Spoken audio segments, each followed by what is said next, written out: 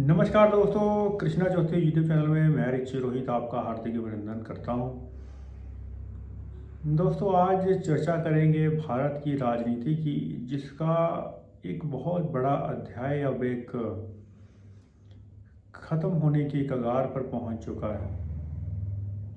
हालांकि इस संदर्भ में अभी फुसफुसाहट कम सुनने को मिलेगी आपको कि ऐसा क्या होने जा रहा है भारत की राजनीति में, जिससे देश की दुश्वारियां यानी कि दिक्कतें और परेशानियां और ज़्यादा बढ़ सकती हैं। चाहे वो बेरोज़गारी की बात करें, जीडीपी ग्रोथ की बात करें, बैंकिंग सिस्टम की बात करें, स्टॉक मार्केट की बात करें। और ये ऐसे धड़े हैं जिसके कारण एक राष्ट्र का निर्माण होता है और राष्ट्र चलता है, आगे बढ़ता है। और उसमें से बहुत बड़ा रोल अदायगी जो है वह मीडिया जगत और कॉरपोरेट जगत भी करता आया है। लेकिन इस समय सभी संशय के दौर में खड़े हैं।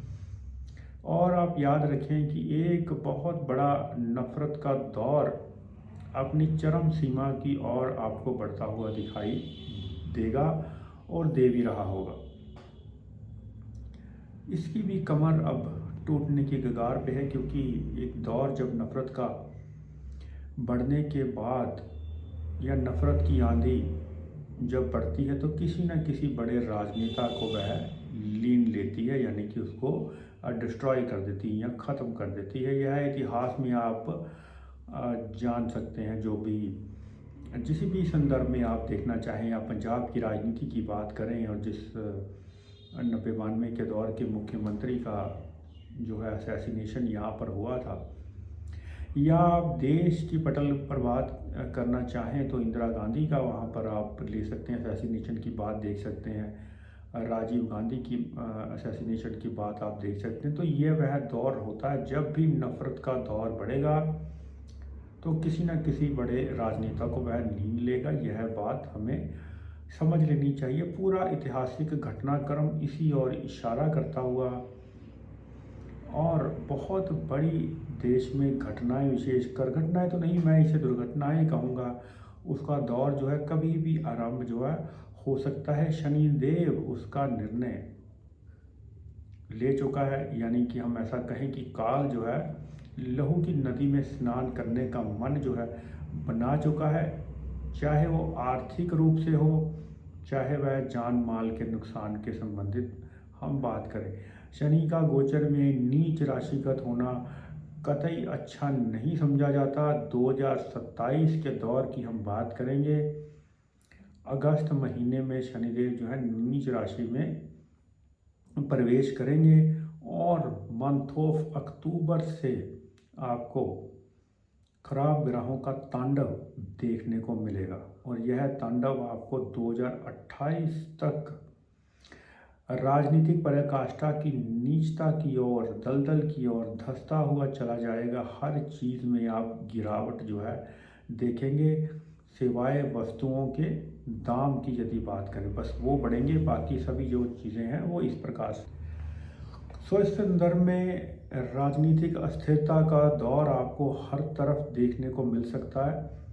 चाहे वो केंद्रीय स्तर की राजनीति हो, केंद्र की जो सरकार है उसको इस्तीफा देना पड़ सकता है, यानी कि मोदी जो गवर्नमेंट है वो उसका कार्यकाल यहीं पर समाप्त हो सकता है, यानी कि 2028 जनवरी तक आते आते सरकार जो है वह केंद्र की गिर सकती है। कई राज्यों में सरकारें गिरने की, उथल पुथल की संभावना रहेगी। कई जगह पर दंगों के कारण हालात खराब होने की स्थिति जो है आपको सुनने को मिलेगा। कहीं इंटरनेट बंद, तो इस प्रकार की समस्याएं आपको देखने को, देश में विकट समस्याएं देखने को मिल सकती हैं। इस संदर्भ में यह जान लेना भी ज़रूरी कि यदि नफरत का दौर बढ़ेगा तो बहुत से राजनीतिक लोगों की विकट भी गिर सकती है। राजनीति उनकी चौपट हो सकती है, ख़त्म हो सकती है, और कुछ पॉलिटिशियन का जीवन तक यहाँ पर ख़त्म हो सकता है। विशेषकर यदि राहुल गांधी की कुंडली की चर्चा करते हैं या वरुण गांधी की कुंडली की चर्चा करते हैं, तो उस संदर्भ में कोई बड़ी घटना, दुर्घटना इन लोगों के साथ हो सकती है। विशेषकर विपक्ष के नेता राहुल गांधी के यदि योग की बात करें तो मृत्यु तुल्य कष्ट या उनके जीवन को बहुत बड़ा कष्ट आने की संभावना इस दौरान प्रबल जोर पकड़ सकती है। 2027-28 उनके स्वास्थ्य के लिए कहें या फिर उनके जीवन के लिए कहें अनिश्चित रहेगा, यानी कि अच्छी स्थिति नहीं बनी है। हो सकता है कहीं ऐसा ना हो कि राजीव गांधी की तरह उनके ऊपर भी कोई प्राणघातक हमला हो जाए जिससे वह उभर ना पाएँ या संभल ना पाएँ।